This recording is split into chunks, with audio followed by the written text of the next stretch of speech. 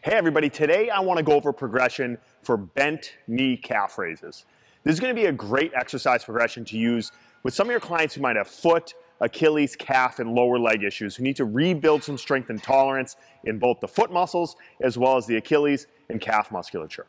What I would recommend for someone who's a beginner is just to start with isometric holds. If they're really tender, it's probably better to start with isometrics, no change in tissue length. It's going to be a great way to build some strength before progressing into more concentric and eccentric focused exercises.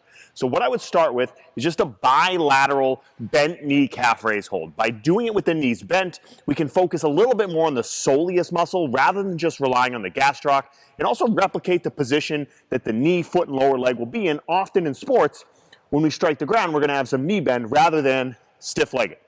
So start with a bilateral hold. With a bilateral hold, we want to use the wall for a little bit of support, sink slightly into the knees, and then I would just ask the client to just start with some holds.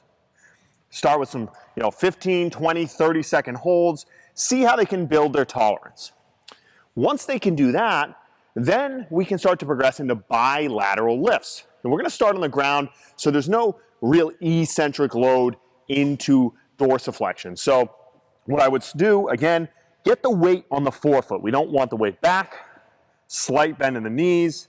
Lift, hold, sink down and control. You can even see me shake there. A lot of your clients are going to be weak in that soleus muscle. You're going to see it as they lower down eccentrically. We're going to come up, down, slow. You see the shake there. Okay, so we can start to build some volume bilaterally. Once they can start to do that, especially if it's a unilateral issue, we want to start to do one side at a time. Because in reality, most of the time when we're striking the ground or we're having an issue with our lower leg, we're going to be doing so unilaterally. And so we don't want them to be compensating away from the side maybe where they're having trouble. So then we can start with unilateral holds. So I want to think good athletic position, slight bend in the knee, and we can just start to hold there. Okay. Again, this is really a good place to start with someone who might be really tender, might have some soreness, needs to start entry back into training. Once we do that, you guessed it, we'll go into dynamic, up and down. So on one leg, sink down, lift, down slow. Keep that knee flexion. We don't want to start to straighten out on the way up. We want to stay in that same position statically at the knee, come down, up, and down. You can really feel that. It doesn't take a lot for this to be challenging. So take your time progressing someone. From there, once someone masters that, then we can start to elevate to a more traditional position where we elevate them on a step or a stair. So then we can work all the way down into dorsiflexion. Okay?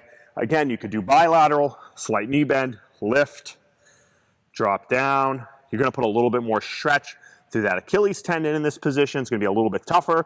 And then eventually into unilateral. Again, keep that knee bend up high, sink down. Up high, sink down. As you can see, I'm doing this with my shoes off. I'd recommend taking the shoes off to this. You're going to get more activity out of those foot muscles. You're going to stress the foot and the lower leg more if you get them out of the shoe. Okay? I hope you like this progression. Give it a try. Let me know your thoughts in the comments. Thanks for watching.